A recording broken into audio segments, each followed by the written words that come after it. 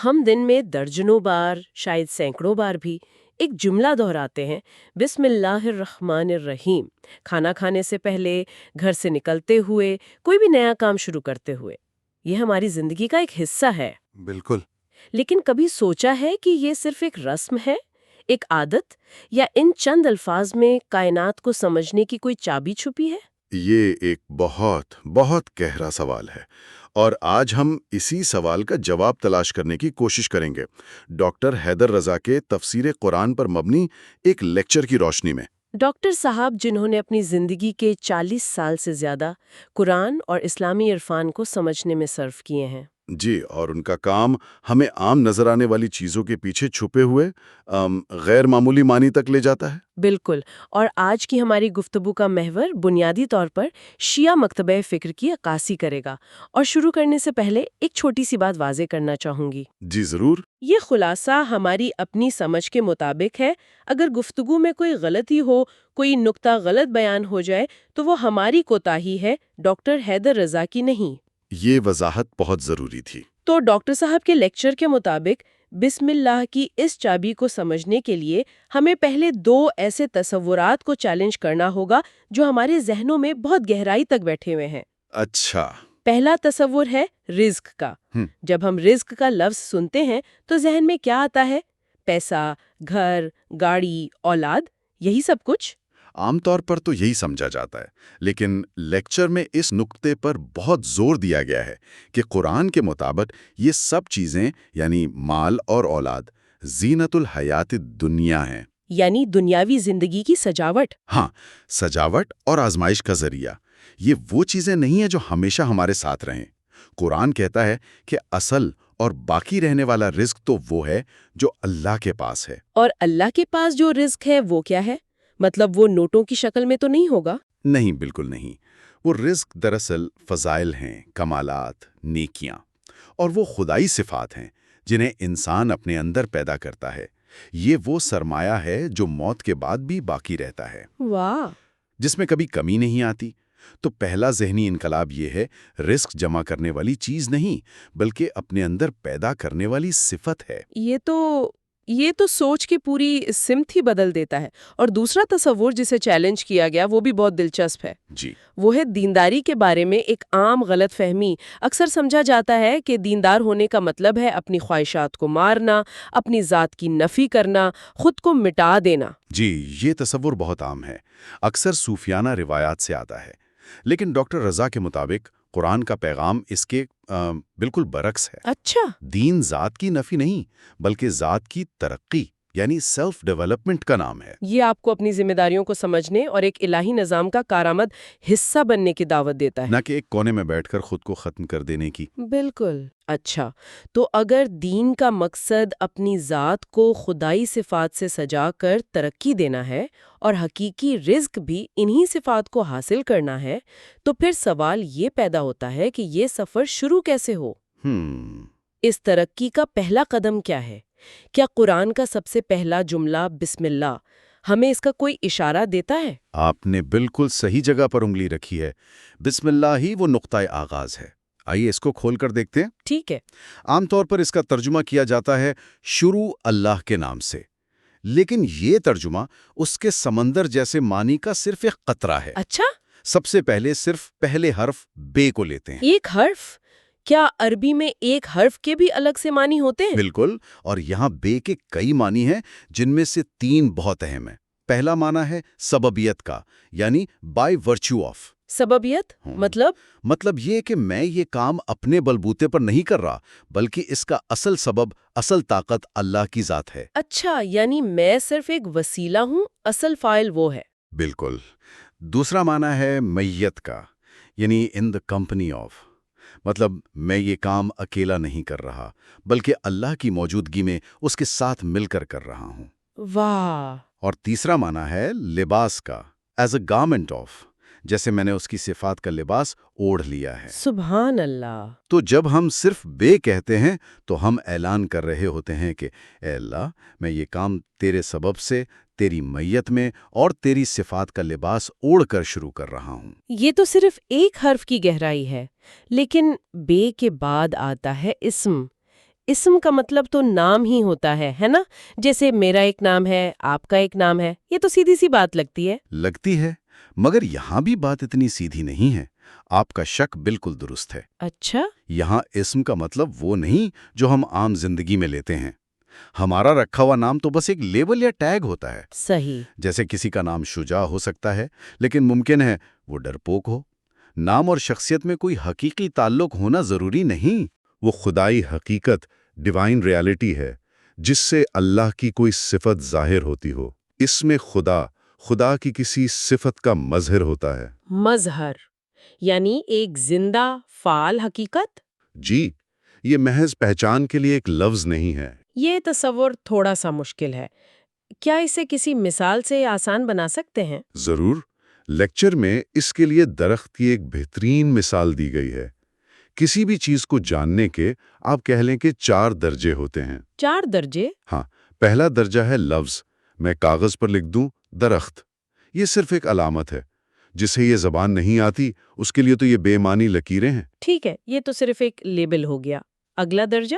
دوسرا درجہ ہے تصویر۔ میں کاغذ پر درخت کی شکل بنا دوں، اس سے ذہن میں ایک خاکہ تو بنتا ہے، لیکن یہ بھی اصل درخت نہیں ہے۔ صحیح۔ تیسرا درجہ ہے حقیقی وجود، یعنی آپ باغ میں جائیں اور اپنی آنکھوں سے اصل درخت کو دیکھیں، اس کے تنے، شاخوں اور پتوں کو چھو کر محسوس کریں۔ یہ اس کا مادی وجود ہے۔ ٹھیک ہے، لفظ، تصویر اور اصل درخت۔ تو چوتھا درجہ کیا ہے جو اسم کے معنی سے تعلق رکھتا ہے؟ چوتھا اور سب سے گہرا درجہ ہے اس کی کلی حقیقت، یعنی وہ ماسٹر وجود یا ماسٹر ایگزسٹنس، جہاں سے دنیا کے تمام قسم کے درخت وجود میں آتے ہیں۔ ایک منٹ، مطلب وہ بنیادی آئیڈیا، وہ کائناتی بلو پرنٹ جس کی یہ تمام درخت صرف مختلف کاپیاں ہیں؟ بالکل، آپ نے صحیح سمجھا۔ اسم سے مراد یہی چوتھا درجہ ہے، یعنی کسی شے کی اصل اور حقیقی ذات۔ یہ تو افلاطون کے عالم مثال، پلیٹوز ورلڈ آف فارمز جیسا تصور لگتا ہے، جہاں ہر چیز کی ایک مثالی کامل حقیقت موجود ہے اور ہماری دنیا اس کا عکس ہے۔ یہ سمجھنے کے لیے ایک بہترین موازنہ ہے، یا اسے ایک اور مثال سے سمجھیں۔ جیسے ایک سافٹ ویئر پروگرامر کے پاس ایک کلاس ہوتی ہے جس سے وہ ہزاروں مختلف آبجیکٹس بنا سکتا ہے۔ وہ کلاس ان تمام آبجیکٹس کی کلی حقیقت ہے۔ واہ! تو اسم الہی کا مطلب ہے وہ خدائی حقیقت جس کا مظہر یہ کائنات ہے۔ تو جب ہم کہتے ہیں بسم اللہ تو اس کا مطلب صرف اللہ کے نام سے نہیں، بلکہ اس کا مطلب ہے میں اللہ کی اس کلی اور زندہ حقیقت سے جڑ کر یہ کام شروع کر رہی ہوں جو تمام کمالات کا سرچشمہ ہے۔ بالکل یہی مطلب ہے، اور اسی لیے اللہ کے اسماء صرف 99 تک محدود نہیں، وہ لامحدود ہیں، کیونکہ اس کی صفات اور کمالات لامحدود ہیں۔ اور یہ 99 نام؟ یہ 99 نام تو انسان کے لیے ایک تحفہ ہیں، ایک طرح کا مینیو ہے کہ وہ ان صفات کو اپنے اندر پیدا کرنے کی کوشش کرے۔ اور یہی بات واپس ہمارے پہلے نقطے سے جڑ جاتی ہے کہ یہی تو حقیقی رزق ہے۔ جی ہاں، خداوندی صفات کو اپنے اندر پیدا کرنا۔ اور یہیں سے قرآن کی وہ آیت بھی سمجھ میں آنے لگتی ہے جہاں اللہ نے حضرت آدم علیہ السلام کو تمام اسماء سکھائے۔ وَعَلَّمَ آدَمَ الْأَسْمَاءَ كُلَّهَا۔ جی، اس کا مطلب یہ تو نہیں ہوگا کہ انہیں کوئی لغت یا ڈکشنری پڑھا دی گئی تھی؟ ہرگز نہیں۔ اس کا مطلب تھا کہ حضرت آدم علیہ السلام کو وہ صلاحیت عطا کی گئی کہ وہ ان تمام خدائی حقیقتوں یعنی اسماء کو اپنے اندر جذب کر کے ان کا مظہر بن سکیں۔ ان کا ایک زیتا جاگتا نمونہ؟ جی، ایک زیتا جاگتا نمونہ۔ یہ وہ صلاحیت تھی جو فرشتوں کے پاس نہیں تھی۔ جب فرشتوں سے ان اسماء کے بارے میں پوچھا گیا تو وہ ان کی حقیقت بیان نہ کر سکے، لیکن آدم علیہ السلام نے ان کی خبر دی، یعنی ان حقیقتوں کو اپنے وجود سے ظاہر کیا۔ یعنی اسم ایک زندہ حقیقت ہے اور بسم اللہ کہنا دراصل اسی حقیقت کے پاور سورس میں خود کو پلگ ان کرنے کا عمل ہے۔ بالکل۔ لیکن ہم نے ابھی صرف بسم اللہ کی بات کی ہے، اس کے آگے الرحمن الرحیم بھی ہے۔ ان دونوں کا کیا کردار ہے؟ یہ دونوں بھی تو رحمت اور مہربانی کے معنی میں آتے ہیں، ان میں کیا فرق ہے؟ یہ ایک انتہائی اہم نقطہ ہے۔ اللہ کے اسم ذات کے فوراً بعد ان 2 صفاتی ناموں کا آنا اتفاقی نہیں۔ الرحمن اور الرحیم دونوں کا مادہ رحم ہے، لیکن ان کے معنی میں ایک بہت لطیف اور گہرا فرق ہے۔ اچھا؟ الرحمن وزن کے اعتبار سے ایک جوش اور وسعت کو ظاہر کرتا ہے، یہ اللہ کی وہ رحمت ہے جو عالمگیر، یونیورسل اور غیر مشروط، انکنڈیشنل ہے۔ اس کی کوئی مثال؟ سورج کی روشنی۔ سورج یہ نہیں دیکھتا کہ نیچے مومن کا گھر ہے یا کافر، انسان ہے یا جانور۔ وہ سب کے لیے برابر ہے؟ جی، اس کی روشنی اور حرارت سب کے لیے برابر ہے۔ ہوا، پانی، کائنات کے طبعی قوانین، یہ سب اللہ کی رحمانیت کے مظہر ہیں جو ہر ایک کو بلا تفریق مل رہی ہے۔ ٹھیک ہے، تو الرحمن وہ رحمت ہوئی جو سب کے لیے ہے، چاہے کوئی اسے مانے یا نہ مانے۔ تو پھر الرحیم کیا ہے؟ الرحیم اللہ کی وہ رحمت ہے جو خاص، اسپیسیفک اور مشروط، کنڈیشنل ہے۔ یہ رحمت ان لوگوں کے لیے ہے جو شعوری طور پر کوشش کرتے ہیں، ایمان لاتے ہیں اور اس کے نظام سے ہم آہنگ ہونے کی جدوجہد کرتے ہیں۔ اچھا، اگر رحمان کی رحمت سورج کی روشنی ہے تو رحیم کی رحمت اس گھر کے اندر جلنے والا چراغ ہے جس میں آپ خود داخل ہونے کا انتخاب کرتے ہیں۔ بہت خوبصورت مثال ہے۔ تو اس کا مطلب یہ ہوا کہ جب ہم بسم اللہ الرحمن الرحیم کہتے ہیں تو ہم ایک مکمل دعا اور اعلان کر رہے ہوتے ہیں۔ جی بالکل۔ ہم کہہ رہے ہوتے ہیں کہ میں اللہ کی اس عظیم حقیقت، اسم سے جڑ کر شروع کر رہی ہوں، اس کی عالمگیر رحمت الرحمن کا سہارا لیتے ہوئے جو مجھے پہلے سے ہی حاصل ہے، اور اس امید کے ساتھ کہ میری یہ کوشش مجھے اس کی خاص رحمت الرحیم کا مستحق بنائے گی۔ آپ نے اس کا بہترین خلاصہ کیا ہے۔ یہ صرف ایک جملہ نہیں بلکہ ایک مکمل ورلڈ ویو ہے۔ یہ کائنات میں انسان کے مقام اور اس کے مقصد حیات کا اعلان ہے۔ لیکن عملی زندگی میں یہ تصور تھوڑا مشکل نہیں لگتا؟ اگر اسم کا مطلب ایک کائناتی حقیقت ہے تو ایک عام انسان روزمرہ کے کاموں میں، دفتر جاتے ہوئے یا سودا سلف لاتے ہوئے اس گہرے مطلب سے کیسے جڑ سکتا ہے؟ یہ ایک بہت عملی سوال ہے۔ اس کا تعلق نیت اور شعور سے ہے۔ ڈاکٹر رضا کے لیکچر کا نچوڑ یہی ہے کہ ان معنی کو جاننے کے بعد عمل کی نوعیت بدل جاتی ہے۔ کیسے؟ جب آپ اس شعور کے ساتھ بسم اللہ کہہ کر گاڑی سٹارٹ کرتے ہیں کہ یہ گاڑی میری ملکیت نہیں، اللہ کی امانت ہے، اس کی دی ہوئی توانائی سے چل رہی ہے اور میں اسے اس کے بتائے ہوئے مقصد کے لیے استعمال کر رہا ہوں، تو آپ کا دفتر جانے کا عام سا عمل بھی عبادت بن جاتا ہے۔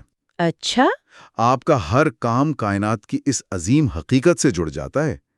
یہ صرف الفاظ دہرانا نہیں بلکہ اپنی نیت کو کائناتی نیت سے ہم آہنگ کرنا ہے۔ تو آج کی اس پوری گفتگو کو سمیٹتے ہیں۔ ہم نے یہ سمجھا کہ حقیقی اور ہمیشہ رہنے والا رزق مال و دولت نہیں بلکہ وہ خدائی صفات ہیں جنہیں انسان اپنے اندر پروان چڑھاتا ہے۔ جی، اور دین کا مقصد ذات کو مٹانا نہیں بلکہ انہی صفات کے ذریعے ذات کی تعمیر اور ترقی کرنا ہے۔ اور اس تعمیر کا نقطۂ آغاز بسم اللہ الرحمن الرحیم ہے۔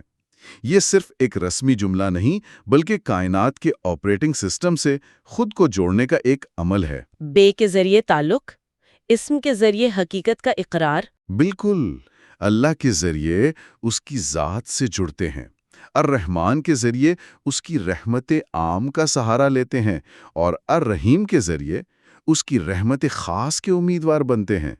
میں نے اسے کبھی اس طرح نہیں سوچا تھا۔ یہ تو ہر کام کو ایک روحانی جہت دے دیتا ہے۔ یہ ایک سادہ سے جملے کو ایک طاقتور روحانی ٹول میں بدل دیتا ہے۔ اور یہیں پر میں سننے والوں کے لیے ایک سوال چھوڑنا چاہوں گا۔ جی ضرور۔ آج اس گفتگو کے بعد جب ہم نماز میں سورۃ الحمد سے پہلے یا کسی بھی کام سے پہلے بسم اللہ الرحمن الرحیم پڑھیں گے تو کیا ہمارا تصور وہی پرانا رہے گا؟ غور طلب بات ہے کہ اس گہرے مفہوم کو جاننے کے بعد کیا یہ کلمات ہمارے لیے صرف ایک رسم رہ جائیں گے یا ہر بار یہ ہمیں کائنات کی اس عظیم حقیقت سے جوڑنے کا ایک شعوری ذریعہ بنیں گے جس کے سہارے ہر چیز قائم ہے؟